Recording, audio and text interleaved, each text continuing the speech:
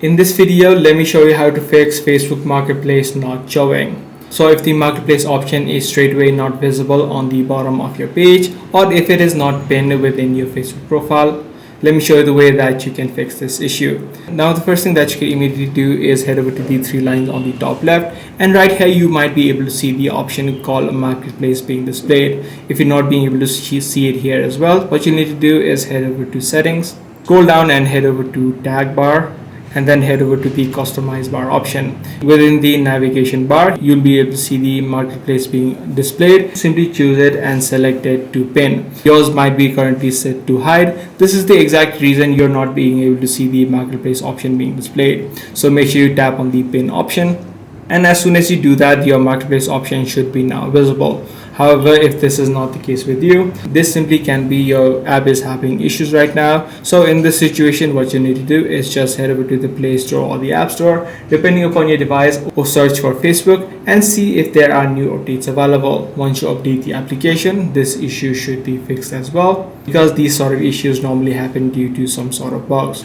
So once you update the application, your issue should be automatically fixed. So that's pretty much all there is to it. If this video was helpful to you, be sure to subscribe. I'm gonna see you in the next one.